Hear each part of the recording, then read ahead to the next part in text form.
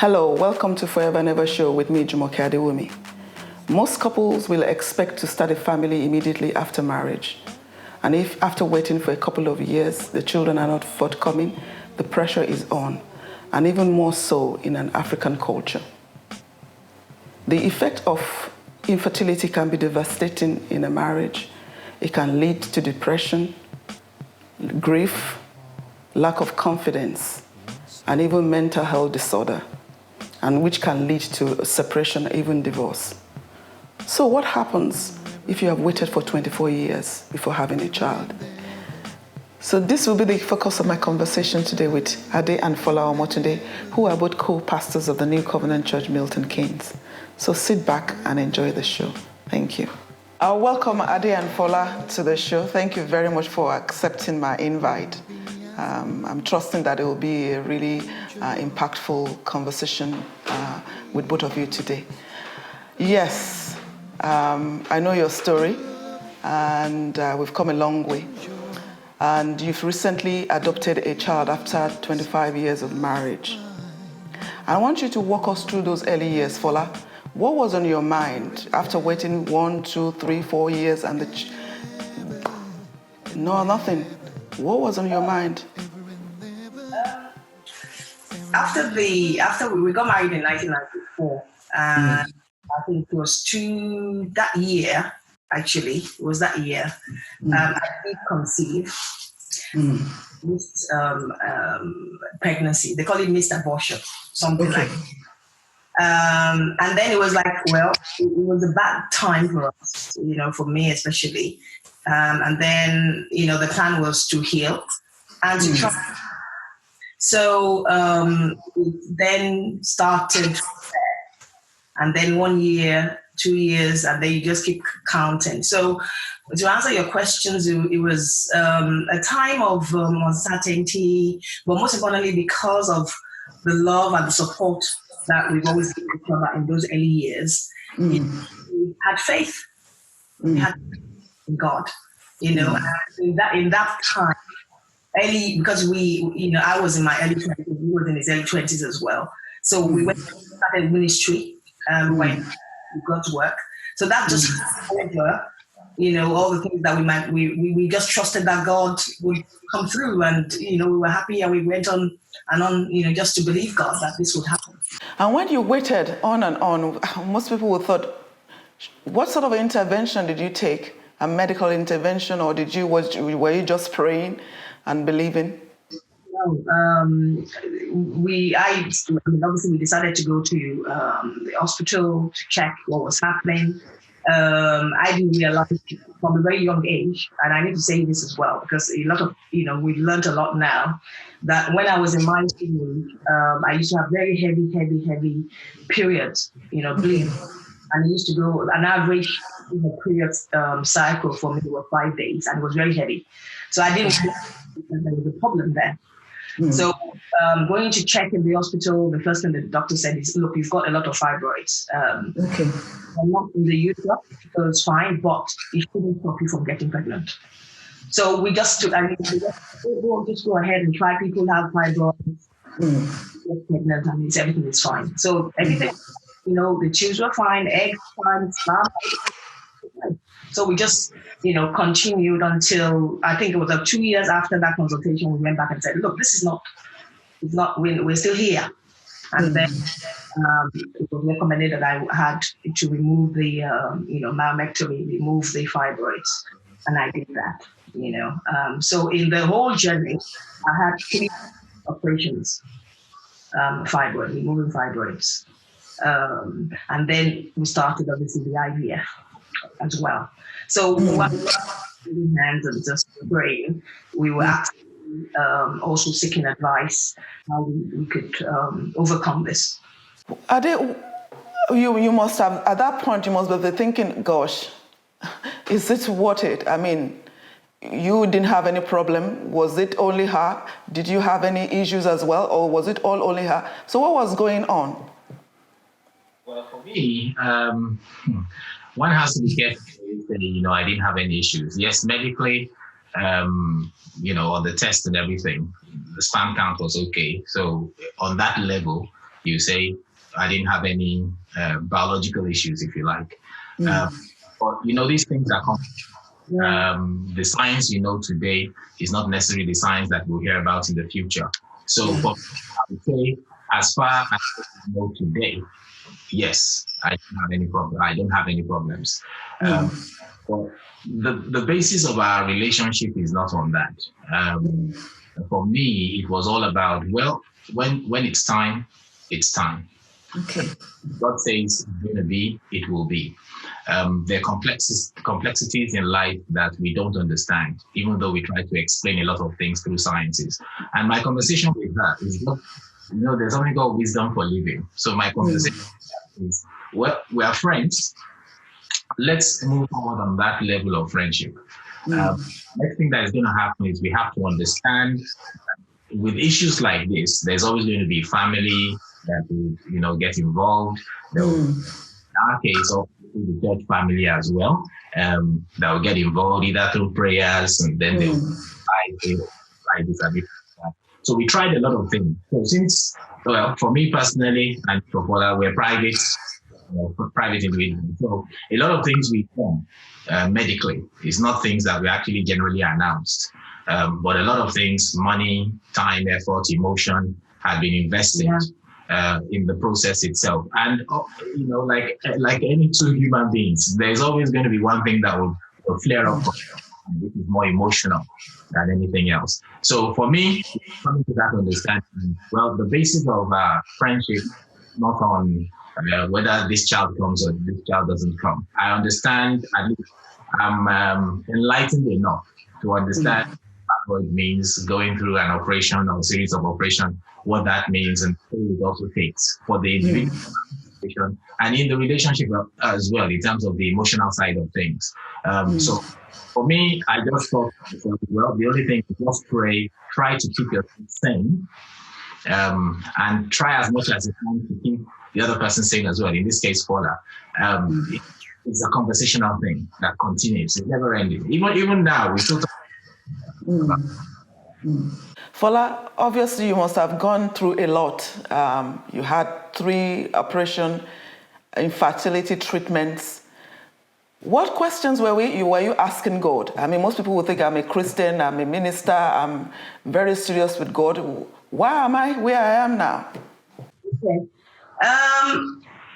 I can't mention the encounter I had with God regards to the ministry that the Lord called me to. And when God called me to start Woman of Bethany, it was clear that He was going to start with me. And I can't tell you how much that has impacted my spiritual well-being. Woman of Bethany has always been find a place of quietness where you can talk to God, And rather than the person next to you and try to vent the anger, a lot of it was, I need to speak to God. We need to be in this quiet place. So wilderness, solitude, it actually trained me in the place of silence, how you need to find God. And in that process, I understood I had to confront the demon. Because I'll say to you that one of the things that will challenge anyone, a woman, you've got a womb, and the womb is meant to do what it's meant to do. So the challenge is always not getting to the point where the reproach that people put on you overwhelms you. And the only place you can really, for me, I'm talking about me personally now, not their own personal experiences. I had to get to the point where I say I refuse to put that cloak on. And that journey, I had to come to a point where I just thought, no more crying. Enough tears have to dry up. Okay? There's life beyond having children. And so I had to engage with God and confront God in that process. So obviously there will be times when there are good days, and there will be bad days. Okay? And whether we like it or not, in the relationship, because Ade doesn't understand where I'm coming from. I don't understand where he is as well. So it becomes a lot of battles of guesswork. I'm facing mine, you're facing yours. So it's just ups and downs. But the key thing, like I said to you, is I have to from God to say what is it that is wrong, and also talk to me. Speak to me, and I got to a resolution. And it was not until I embraced that it's not the end of my life. Neither is it going to be the end of my assignment. I let go and say, God, okay, take it from here. That was when I began to really live in the fullness of joy in the situation. But it wasn't an easy journey. And those are that situation, especially within our society, within our community, we're not sensitive. In our community, sorry to say, we're not very sensitive to the plight of people generally, whether male or female. People expect that things should happen, but it's not true. The Bible, there are stories of people that have had challenges with children. There are stories that they never even have children. So many. Life is not the way we treat it.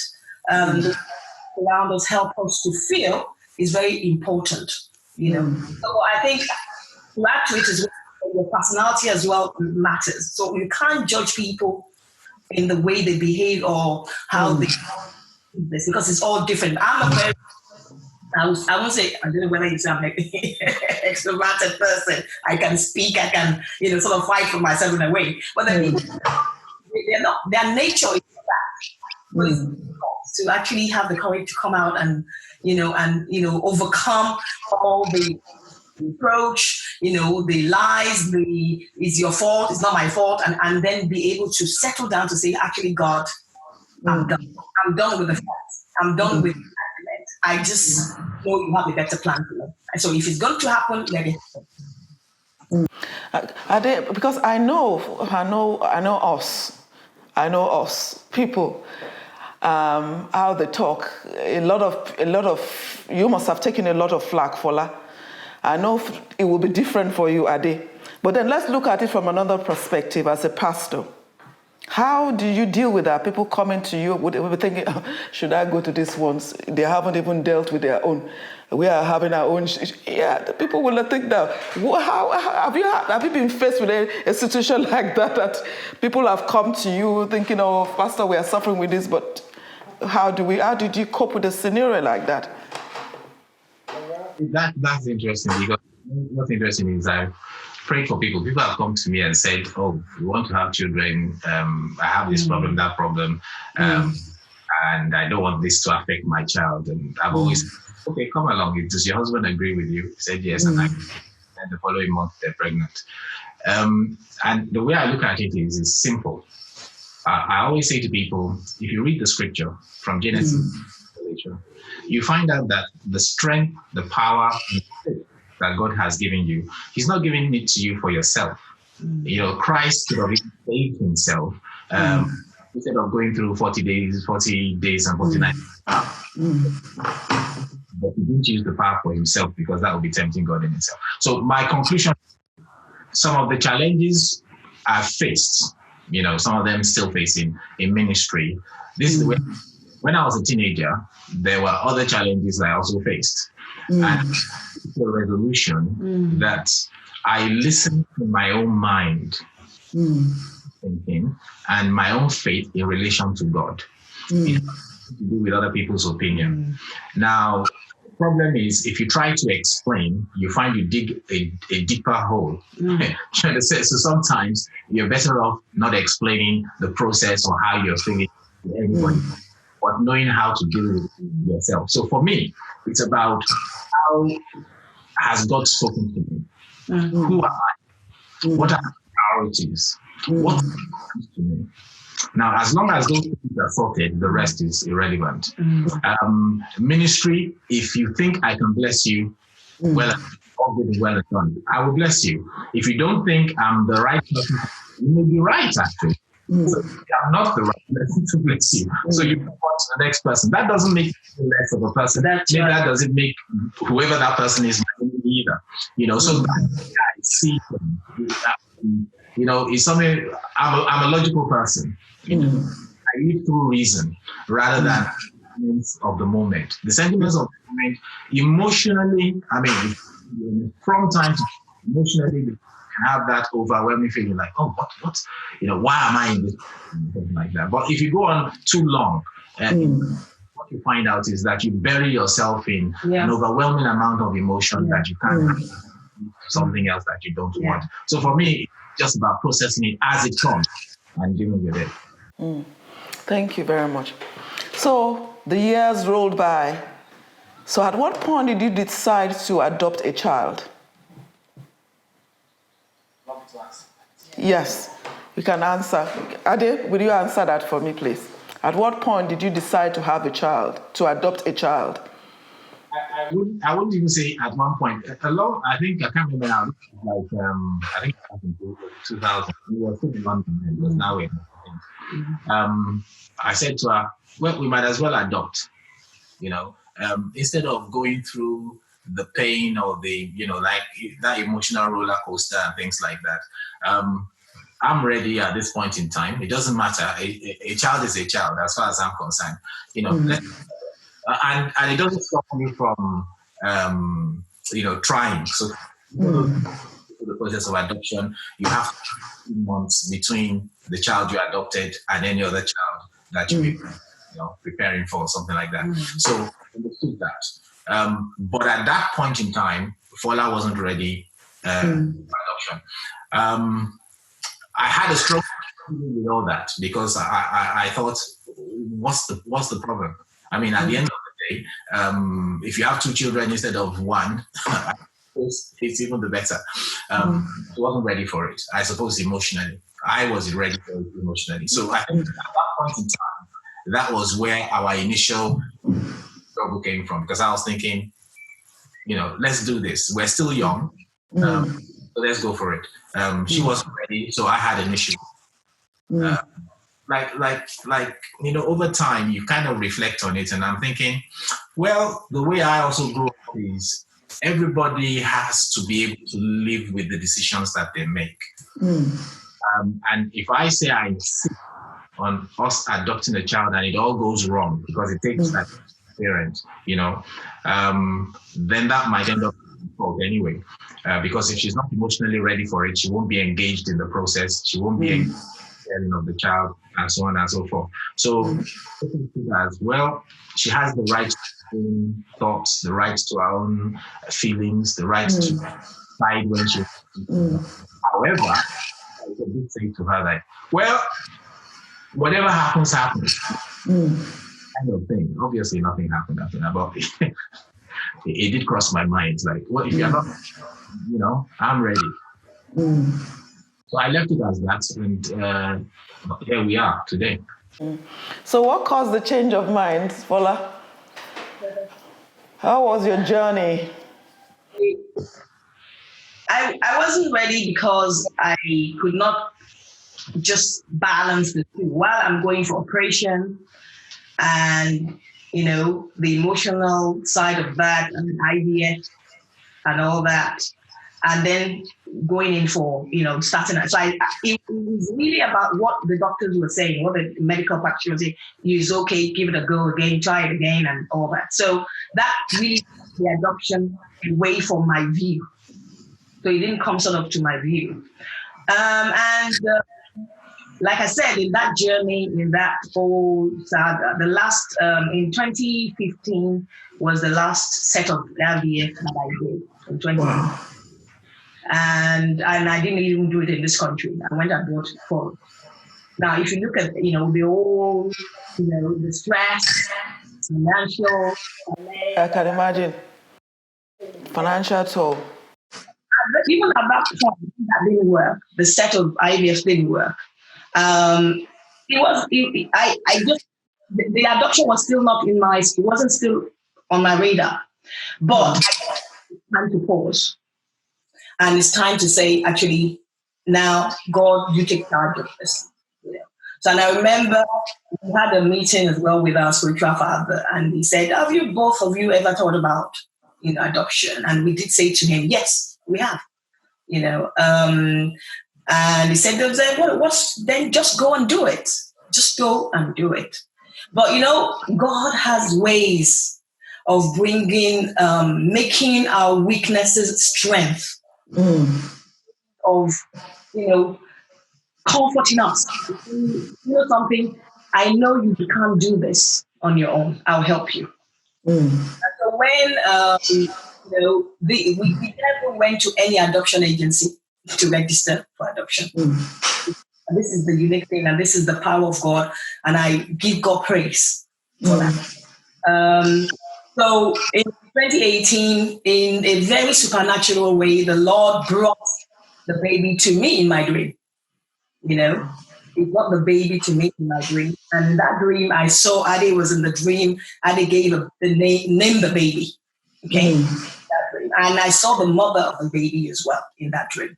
And I thought, what are we? After that, I had that dream. I thought to myself, I said, well, maybe God is talking about surrogacy. Maybe that's what it means, because I'm seeing a woman here pregnant. I saw the baby. I saw that. Well, okay, let's see. So, not knowing that God's way of doing a supernatural surrogacy in a way, that's what I see it as, because I express it as that. And then suddenly, out of the blue, I got a phone call that there was a situation just out of the blues. And then pursue that. And before we knew what was happening, the whole thing just happened. So it's quite unique, and the story is quite unique. And it really made me know that there is a God. When you are at your wit's end, when you've got to the point where you've just said, okay, well, I don't know where to start from. If we're going to start looking for application for, adoption, we have made inquiries before. It takes a long time, to do so. Also, a lot of things you have to consider as well. Long story short, this was just God's hand in our lives. Because the way Adeola came to us was just too supernatural to think that we had anything to do with it. So suddenly, it's just two of us, and suddenly it's not two of us. It's amazing. Obviously, it's a long story. We have to go through the procedures. We have to, do the application. We had to wait through, because it was an international adoption, so we had to wait for everything to come through. We have to go through the home office and all the rest of that. But every single gate that we got to opened up. It just opened up because it was just God. And that's the testimony. Everybody else will have their own different story, but for me, I can say I saw God's hand. And I think that also made it like God has said this. He's told me this is mine now. So my heart just opened up.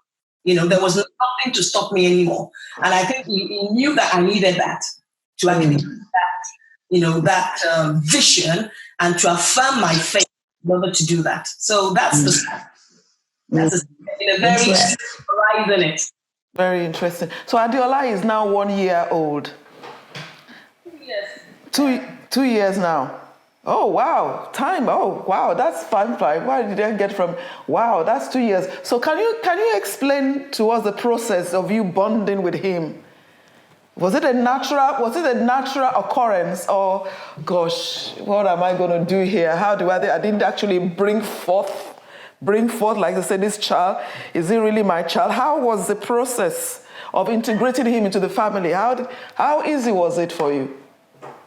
For me. For both of you. So I'll start with you, Ade. Yeah.